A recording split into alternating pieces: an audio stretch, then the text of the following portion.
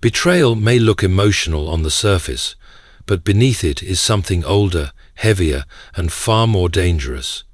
It is the beginning of a spiritual shift they never expected, and once it begins, nothing in their life moves the same way again.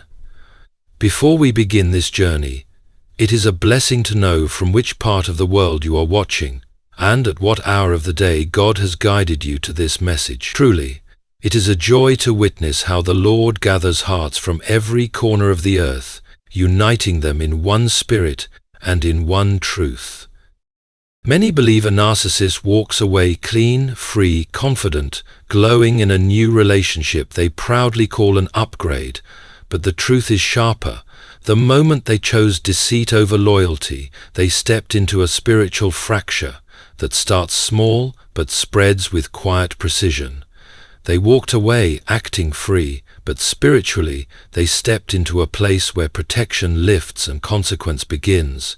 To the narcissist, leaving seemed simple. They told themselves they found someone better. They convinced themselves they leveled up, escaped judgment, and broke free from what they claimed was holding them back.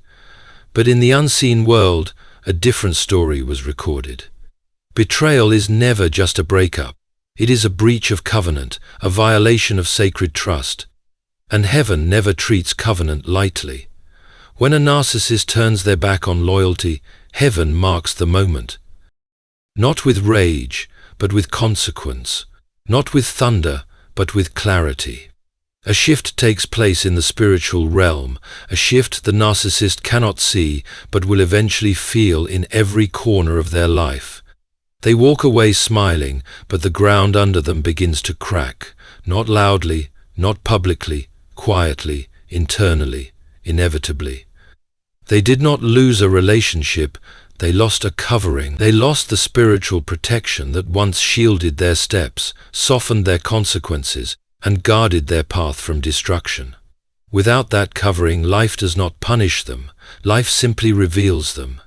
Everything they tried to hide begins rising to the surface because the protection they took for granted is no longer shielding them from the truth of who they really are. They thought the new supply would silence their guilt, but guilt does not die just because someone replaces the one they betrayed. Guilt follows, guilt waits, guilt speaks, and the louder they pretend to celebrate this new beginning, the stronger the truth presses against the walls of their conscience. The narcissist imagines the new supply as their reward. They imagine it is proof that life favored them, that their decision was justified, that everything is working in their favor.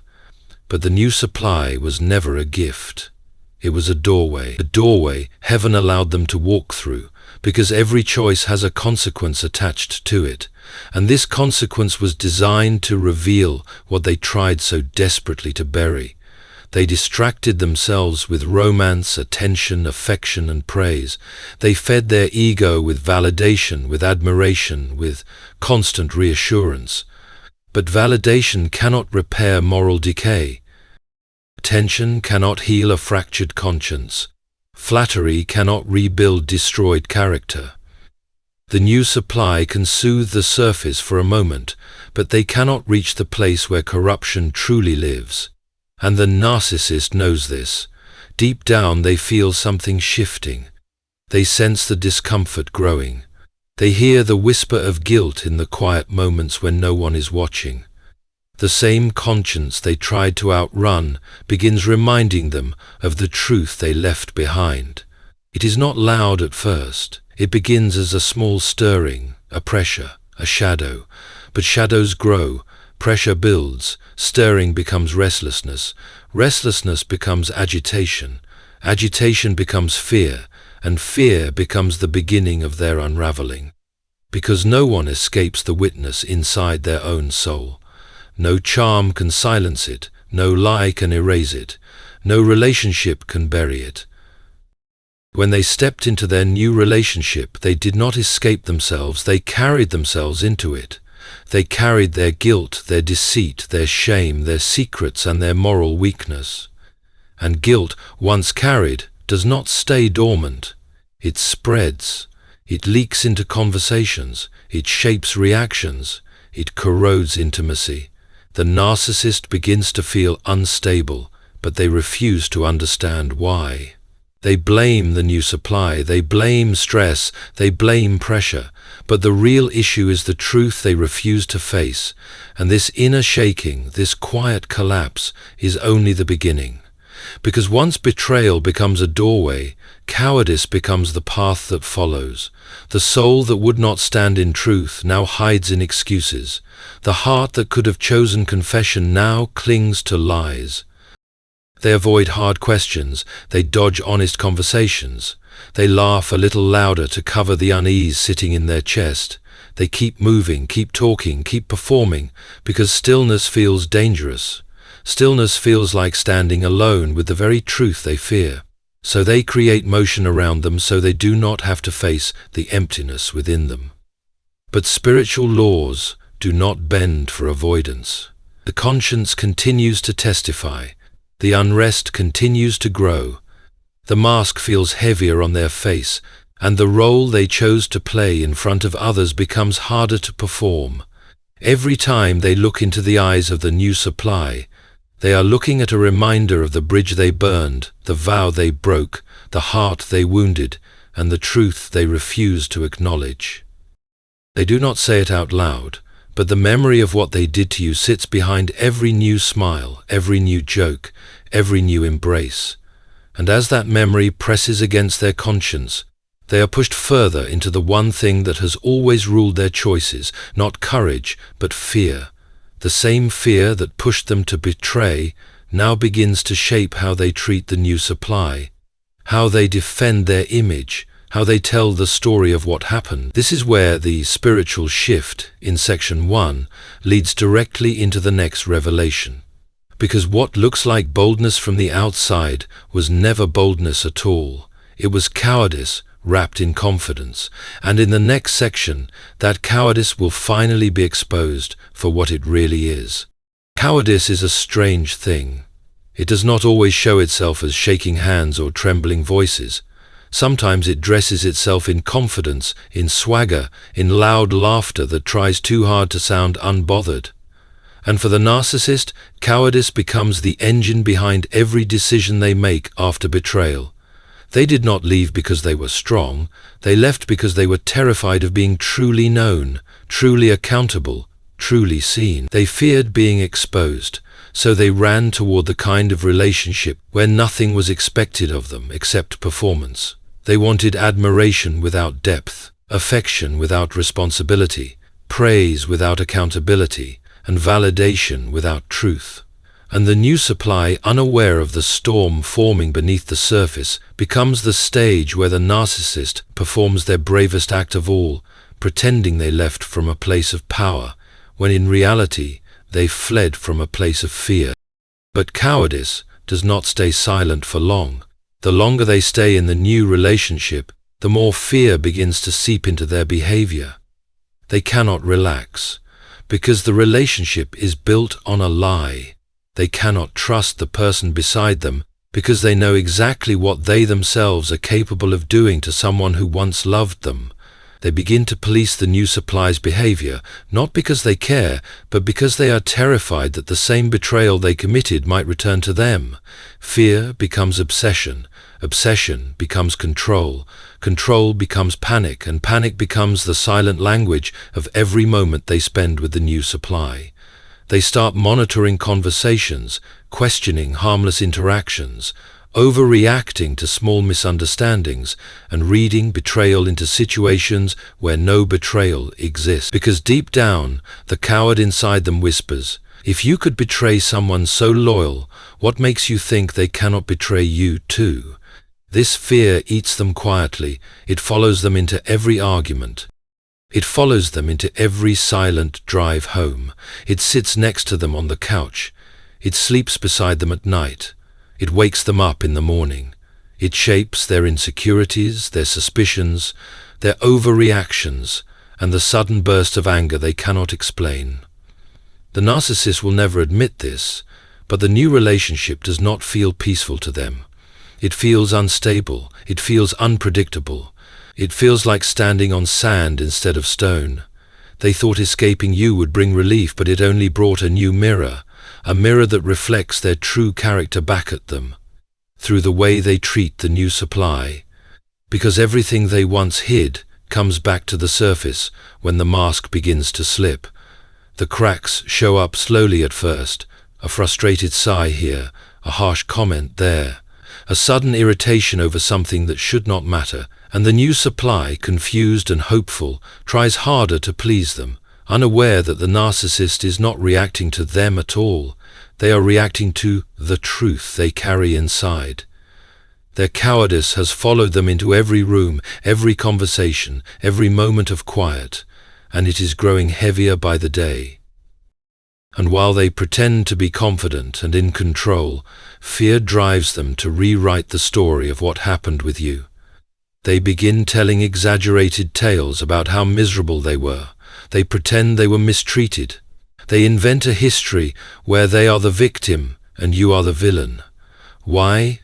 Because the coward inside them needs to justify what they did. They cannot face the reality that they left someone good for the wrong reasons. They cannot admit they broke something sacred. They cannot acknowledge they threw away loyalty for ego.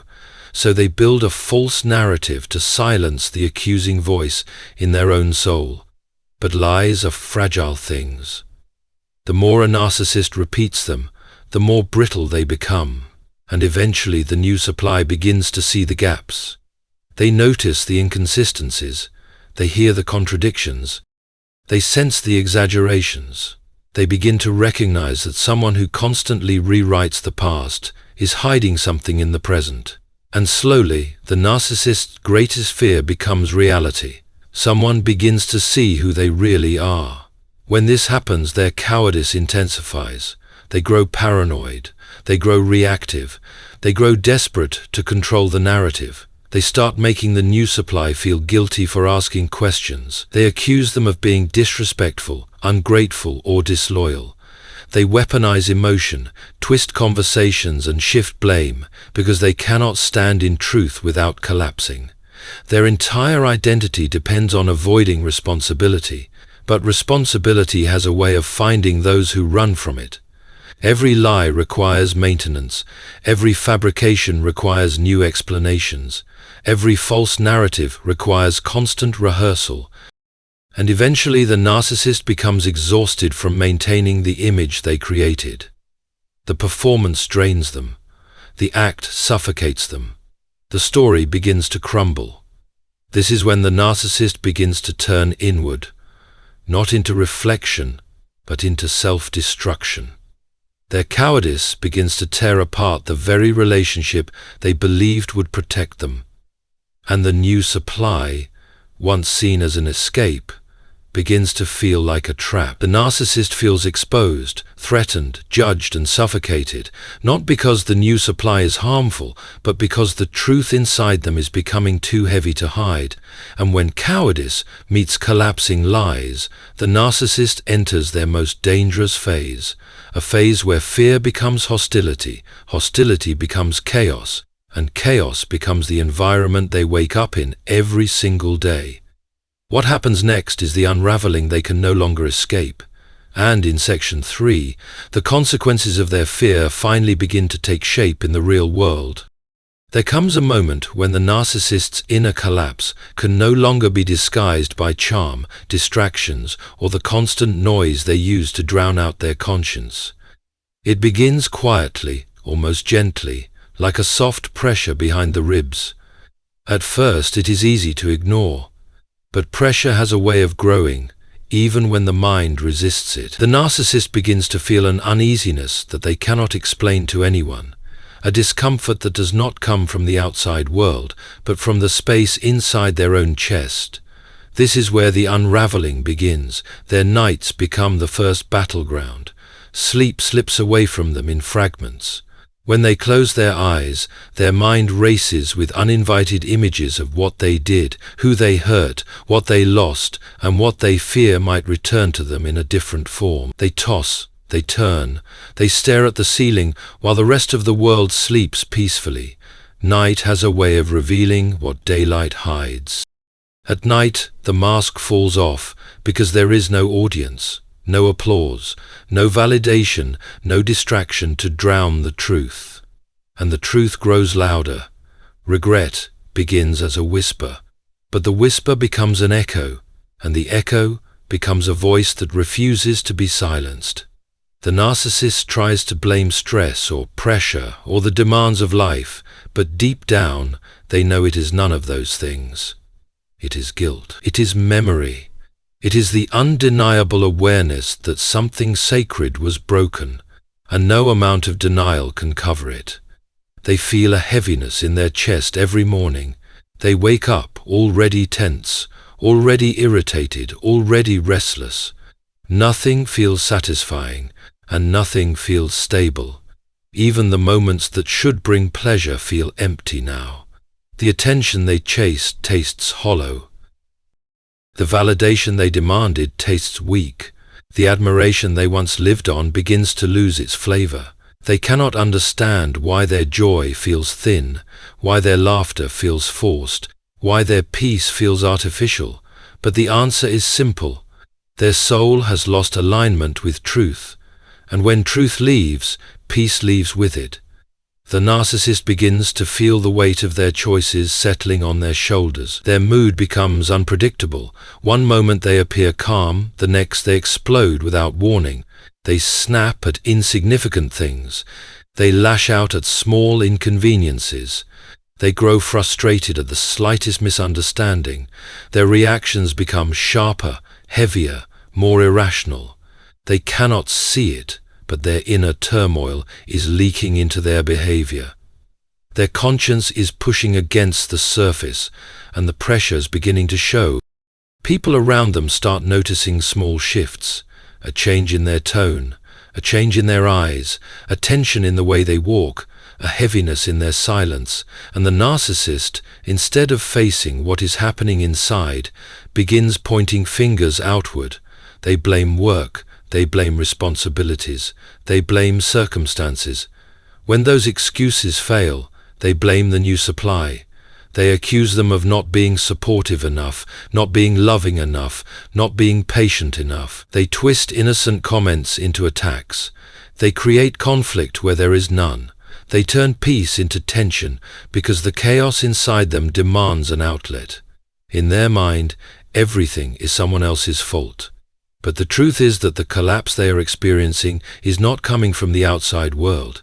It is coming from the inside, from the guilt they refuse to acknowledge, from the conscience they tried to outrun, from the spiritual shift that began the moment betrayal was chosen. Their inner world becomes a battlefield. Every lie fights with memory. Every excuse fights with reality. Every fantasy fights with conscience. They begin to replay scenes from the past, not because they want to remember, but because the soul refuses to let them forget. They start wondering what you are doing now, whether you healed, whether you found peace, whether you still think about them. They pretend they do not care, but the truth presses harder each day. Regret becomes a shadow following them through every moment. They cannot shake it, they cannot outrun it, they cannot bury it.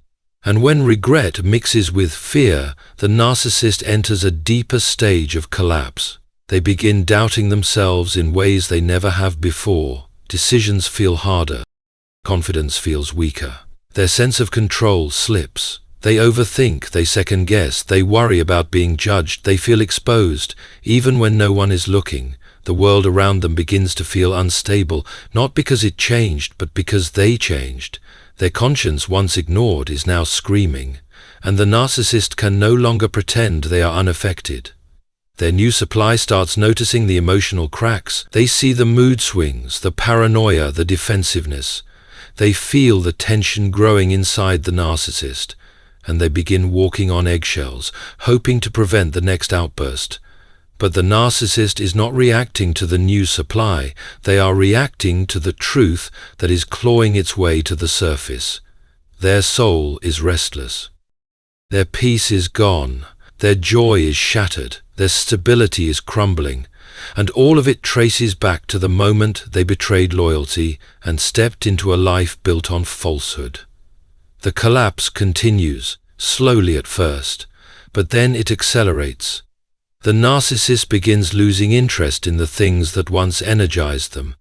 Their enthusiasm fades, their charm weakens, their emotional stamina declines. They cannot maintain the image the way they used to. It takes too much effort now, too much pretending, too much performance.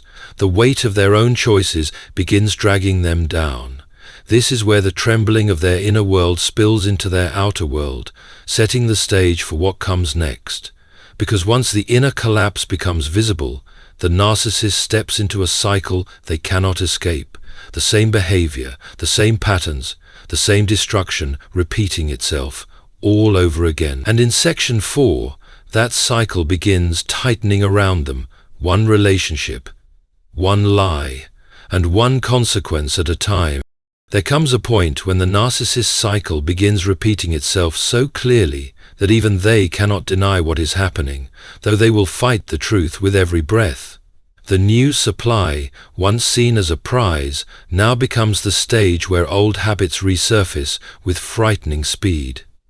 At first, the narcissist tries to maintain the charm, the performance, the polished mask that once convinced everyone they were stable and confident. But masks are heavy, and the heavier the guilt grows, the faster the mask begins to slip.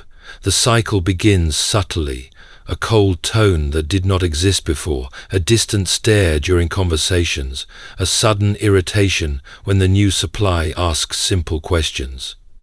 The narcissist becomes restless, short-tempered, overwhelmed by the pressure of pretending to be someone they are not. Their heart is not at peace, so their actions cannot remain calm. They begin projecting the very flaws they refuse to confront inside themselves.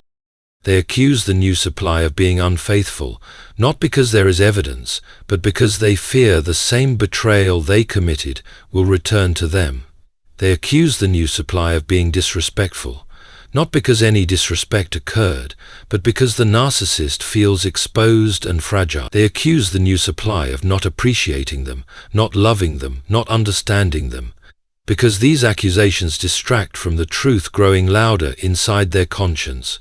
They destroyed something sacred and cannot repair it. As the cycle repeats, the narcissist becomes more dependent on control. They cannot allow the new supply to question their decisions, their stories, or their past, because questions threaten the narrative they are desperately trying to maintain. So they use manipulation as a shield. They twist conversations until they seem innocent. They use guilt to silence doubts. They use emotional pity to regain sympathy. They rewrite events in real time to avoid accountability, and the new supply, confused and overwhelmed, begins losing their own emotional balance. They walk on eggshells. They stay quiet to avoid conflict. They try harder, hoping to restore peace, unaware that peace cannot exist where truth is denied. The narcissist senses this emotional imbalance and begins feeding on it. The more the new supply bends, the more the narcissist pushes. The more the new supply accommodates, the more the narcissist demands. The cycle grows stronger. The narcissist begins treating the new supply exactly the way they treated you. The same lies, the same defensiveness, the same accusations, the same emotional withdrawal, the same unpredictable anger, the same selfish demands. And soon the new supply begins feeling the same confusion, the same exhaustion, the same emotional emptiness you once felt. The narcissist does not realize it, but they are watching their entire history repeat itself. The very behaviors that destroyed the past relationship are now destroying this one. Nothing changed, nothing improved, nothing healed. Because the narcissist never confronted the truth, they simply carried their brokenness into a new environment, expecting a different outcome. But when a rotten seed is planted, the tree that grows cannot produce healthy fruit. And day by day, the new supply begins seeing the truth they were never meant to see. They start noticing how the narcissist avoids responsibility. They see how quickly they shift blame. They observe how easily they lie, even about small things. They sense the insecurity behind the anger, the fragility behind the arrogance, the fear behind the control. They revise stories even more aggressively. They create new narratives to paint themselves as the victim. They escalate emotional manipulation, because manipulation is all they have left. This is when the cycle turns dark. Arguments become more frequent. Mood swings become more violent. The narcissist begins to feel trapped by the same relationship they once believed would save them. They start pulling away emotionally, then returning with exaggerated affection when they fear abandonment. They alternate between cold distance and desperate attachment, confusing the new supply and exhausting themselves. Nothing feels stable anymore. The narcissist's inner collapse begins poisoning every interaction. They cannot maintain the fantasy. They cannot maintain the act. They cannot maintain the emotional performance. Their own behavior exposes them, and the new supply begins to wake up. As the relationship deteriorates, the narcissist enters a phase of frantic searching. They seek reassurance from others. They seek attention online. They seek validation from anyone willing to offer it. But nothing satisfies. Nothing fills the void. Nothing brings peace. Because the issue is not the new supply. The issue is not the environment. The issue is not the demands of the relationship. The issue is the narcissist themselves. Their soul is fractured, their conscience is loud, their actions are unstable, their emotions are chaotic, and this chaos becomes impossible to hide. Friends begin noticing the change in their demeanor, family members sense the distance, co-workers observe the tension. People around them start asking questions the narcissist does not want to answer. Their life becomes a series of explanations, excuses, and defensive reactions. And as the cycle tightens around them, the narcissist loses the ability to control how others see them. They cannot hide the panic in their eyes. They cannot disguise the agitation in their voice. They cannot mask the frustration that spills into every interaction. Their reputation, once carefully managed, begins to crack. And this is the moment the narcissist fears most. The moment public image begins reflecting private truth. The cycle that began with betrayal now begins reshaping the way people see them, the way they speak to them, the way they trust them. And in Section 5, the collapse of their public image becomes the next stage of a downfall they can no longer escape. When God separates you from a narcissist, He isn't merely pulling you away from a toxic personality. He is pulling you out of a spiritual chokehold that was designed to suffocate your purpose, distort your identity, and leave you doubting whether your prayers ever mattered in the first place. And the hardest part of this entire process is that the separation rarely feels like victory in the beginning. It feels like heartbreak, disappointment, confusion, and sometimes even betrayal. Because you didn't just lose a relationship, you lost the version of yourself that kept shrinking just to keep someone else comfortable. You lost the image you had of what that relationship could have been if they had just changed, just cared, just tried. You lost the illusion you held onto for far too long. And now that God has stepped in and removed that person from your path, you're standing in the aftermath trying to figure out whether this was a rescue or a punishment. But here's the truth most people never understand. Before God delivers clarity, He delivers distance. Before He gives revelation, He gives separation. Before He restores, He removes. Look at Abraham. God told him to leave his homeland before He ever showed him the promise. Look at Moses. God pulled him out of Egypt before sending him back with purpose. Look at Elijah. God separated him from the crowd before speaking to him in a whisper. Over and over again throughout Scripture, separation always comes before elevation. But when you've spent months, years, or even decades dealing with a narcissist, someone who manipulated your emotions, twisted your words, stole your peace, and made you doubt your own worth, you don't immediately feel elevated. You feel emptied, and that's exactly where the enemy tries to step in. Not when you are being mistreated, but now, after you've finally been set free. Because he knows freedom still feels unfamiliar. He knows your heart is vulnerable. He knows you want answers, and He knows you're wondering whether you made the right choice, or whether God really told you to walk away. So He whispers lies. He reminds you of the good moments while hiding the damage. He tries to make you feel guilty for choosing peace. He wants you to run back to the very person God delivered you from. But hear this clearly. The enemy only tries to pull you backward when he's terrified of where God is taking you next. And if you pay close attention, the narcissist's behavior after the separation reveals everything you need to know. Because instead of showing remorse, they show entitlement. Instead of growing, they gaslight. Instead of apologizing, they rewrite the story to make themselves the victim. And instead of respecting your boundaries, they test them. They don't miss you, they miss the control. They don't grieve you, they grieve the loss of their power.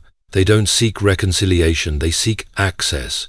And God saw all of this long before you did. That's why He stepped in.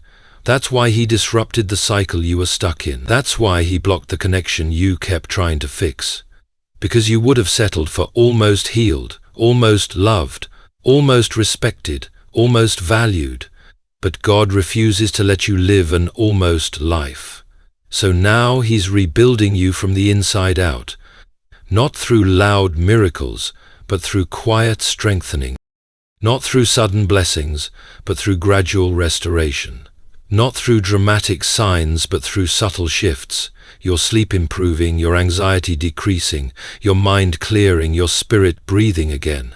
Because God is not just removing the narcissist. He is repairing the parts of you that the narcissist damaged. Your confidence, your discernment, your ability to trust again, your vision for the future, your connection with Him. And as He heals you, He also prepares a judgment the narcissist cannot escape. Not lightning from heaven judgment, not public humiliation judgment. No. God often punishes narcissists in the one way they never see coming, by letting them live without access to you. Because you were the blessing, you were the covering. You were the prayerful presence, the peace in the storm, the light in their darkness, the one connection that held their life together more than they realize. And God is about to show them that losing you is losing the very thing He once used to protect them. That's why He separated you. That's why He hardened your resolve. That's why He exposed the truth, piece by piece, until you couldn't deny it anymore. Because the next chapter of your life requires a healed mind, a stable heart, and a restored identity, something a narcissist can never cultivate around you. And if you feel lonely in this season, hear this. Loneliness is not evidence that God abandoned you. Loneliness is the silence He uses to speak to you without interruption. Loneliness is where He detoxes your spirit. Loneliness is where He reveals who you are without the voice of the narcissist drowning out his guidance. Loneliness is where you learn to breathe without fear, pray without pleading, and walk without second-guessing every step you take. This is the part of the journey where God strips away everything that blinded you so He can show you everything that was waiting for you. And what comes next will make every tear, every sleepless night, every unanswered question make sense in a way you never expected. Because God isn't done. He's just getting started, and what He is about to reveal in the next chapter will finally explain why the separation had to happen exactly when it did, exactly how it did, and exactly in the way you never saw coming. When God begins the next phase of your healing after separating you from a narcissist, He does something most people don't expect. He starts revealing the invisible damage you carried for so long that it became normal to you. And this is the part of the journey nobody warns you about.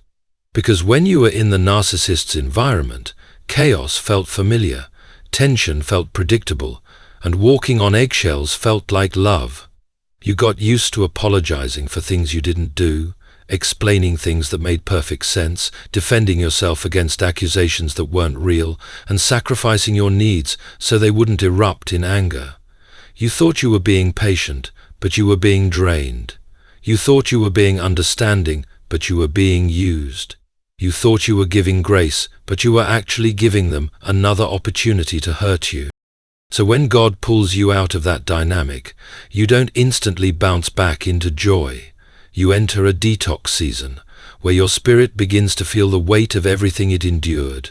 You start noticing how quiet feels strange, how peace feels suspicious, how kindness feels unfamiliar, how your body relaxes for the first time in months, then panics because it doesn't know whether calmness is safe or temporary.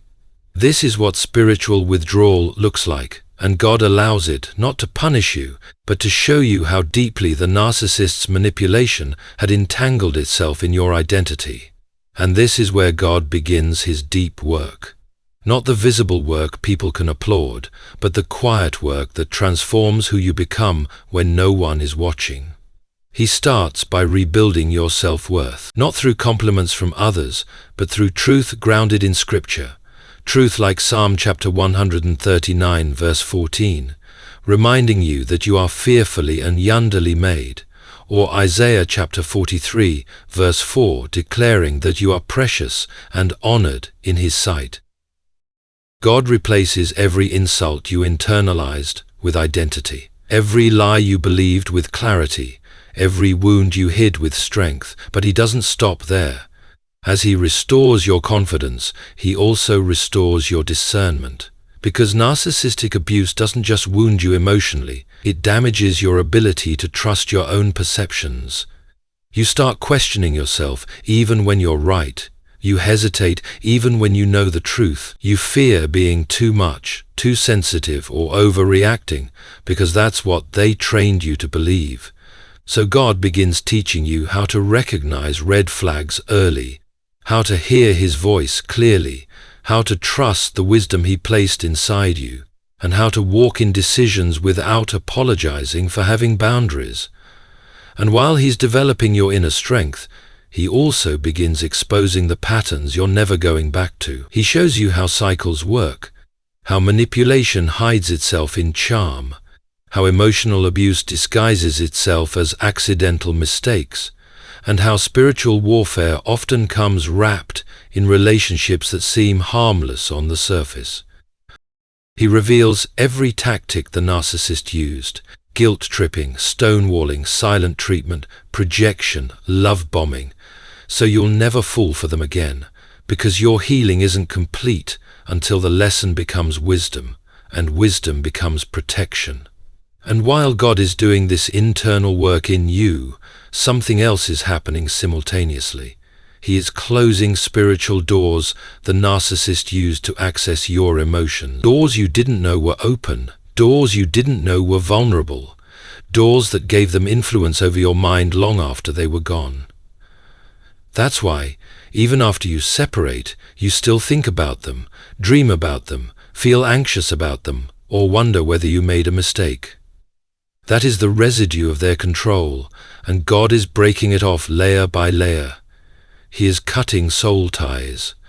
He is silencing the emotional trigger. He is removing spiritual attachments.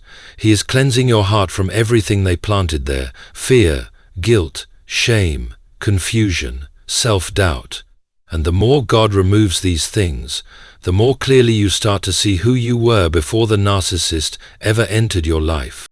You start remembering your passions. Your laughter comes back. Your creativity wakes up. Your hope grows again. Your energy rises. Your spirit becomes light instead of heavy. And slowly you realize you are not the broken, difficult, unstable person the narcissist made you feel like. You are someone God has been protecting, refining, strengthening, and preparing for a future that person could never have walked into with you. And once you reach this level of clarity, God takes you into a new phase, the phase where he begins to reveal the purpose behind the pain, the part where everything you survived becomes everything he uses. The strength you developed becomes the strength he'll use to help others. The discernment you gained becomes the discernment that shields your future. The compassion you learned in suffering becomes the compassion that elevates your calling. Nothing you went through was wasted. Not a single tear, not a single lesson, not a single prayer whispered in exhaustion. And the incredible part is that God doesn't just heal you for your future. He heals you so you can recognize when the narcissist's judgment begins unfolding. Because when the season shifts, when God's timing arrives, When the table is prepared exactly as Psalm chapter 23 verse 5 promised, you will witness consequences that reveal a truth you were never supposed to doubt. God takes injustice personally, and now that you are finally stepping into clarity, purpose, and spiritual alignment, what God does next will show you why the healing had to happen before the justice could begin. And what comes next is the moment everything turns, the moment God begins executing the judgment that narcissists cannot escape, and understanding this will prepare your heart for the next stage of divine unfolding. There comes a final moment in every spiritual battle where God stops allowing the enemy to play in the shadows and brings everything into the light. It is the moment divine justice stops being a promise and becomes a reality. The moment the narcissist is forced to face the one thing they have spent their entire life avoiding: accountability. And when this moment arrives, it does not arrive loudly, dramatically, or theatrically, the way they punished you. It arrives with precision. It arrives with timing. It arrives with authority. For months, sometimes years, the narcissist walks around believing they escaped judgment. They convince themselves they outran consequences, they outsmarted God, and they outmaneuvered every warning heaven whispered into their conscience. They think the silence means safety. They think the delay means approval. They think the blessing they stole from you is now their rightful possession. But divine justice is never absent. It is patient. It waits until the exact second when exposure pierces the heart more deeply than punishment ever could. And when God finally withdraws the last layer of mercy they refuse to honor, everything they built on deception begins to collapse under the weight of truth. This is when their charm stops working, their mask stops fitting, their manipulation stops landing, the new supply stops believing, their ego begins cracking, their lies begin conflicting, their confidence begins shrinking. And suddenly, the very world they bragged about building becomes the very stage where God reveals who they truly were all along. But here is the part most people don't understand. God's judgment is not thunder. It is revelation. He exposes their motives. He exposes their patterns. He exposes their cruelty. He exposes their addictions. He exposes their secrets. He exposes every hidden sin they thought no one would ever see. And he exposes it at a time, in a place, and in front of people where the narcissist cannot manipulate the narrative. Their carefully curated image begins to crumble.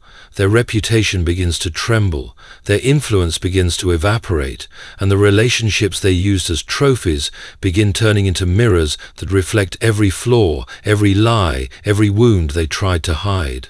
Because God is not punishing them for hurting you, He is confronting them for mocking His grace. He gave them time to repent. He gave them time to change. He gave them time to stop hurting people, and they mistook His patience for permission. They mistook delay for exemption. They mistook mercy for weakness. So when judgment comes, it comes to teach them a lesson the easy road refused to teach. Every seed they planted is now returning multiplied. The betrayal returns as instability. The lies return as confusion. The manipulation returns as isolation. The arrogance returns as humiliation. The entitlement returns as loss, and the ego they worshipped becomes the prison they cannot break out of. Meanwhile, God has been preparing you for this moment, not because you needed revenge, but because He needed to make sure your heart was healed enough to witness justice without gloating. Because your restoration is never built on their ruin, it is built on your character. While they sought validation, God strengthened your identity. While they chased admiration, God anchored your purpose. While they avoided accountability, God expanded your spiritual maturity. What broke you became what God used to build you. What wounded you became what God used to shape you. What betrayed you became what God used to elevate you. And this is why the final stage of judgment is not their downfall, it is your uprising. It is when the tables turn. It is when doors open. It is when blessings that were delayed are released. It is when the favor that was blocked begins flowing again. It is when God restores everything the enemy tried to steal, everything manipulation tried to distort, everything deception tried to poison. And in this final phase, something extraordinary happens. Your heart no longer wants the narcissist to be destroyed. You simply want your peace, and God gives it to you abundantly. You simply want your joy restored, and God breathes life into it again. You simply want your purpose renewed, and He guides you step by step into a future that no narcissist, no betrayal, and no spiritual darkness can touch. Because this was never about the narcissist winning or losing. It was about you awakening. It was about you remembering who you are. It was about you returning to the identity God placed in you long before anyone ever tried to diminish your worth. And now that the journey has come full circle, now that healing has done its work, now that justice has been served, and now that God has lifted you into a place of strength where the past can no longer chain your spirit, there is only one truth left standing. You survived what was meant to destroy you, and because of that survival, you will walk into blessings the enemy never wanted you to see. For when God separates you from a narcissist, He does not just free your life, He restores your destiny, revives your purpose, and launches you into a new season where your soul finally breathes again. And that season begins now.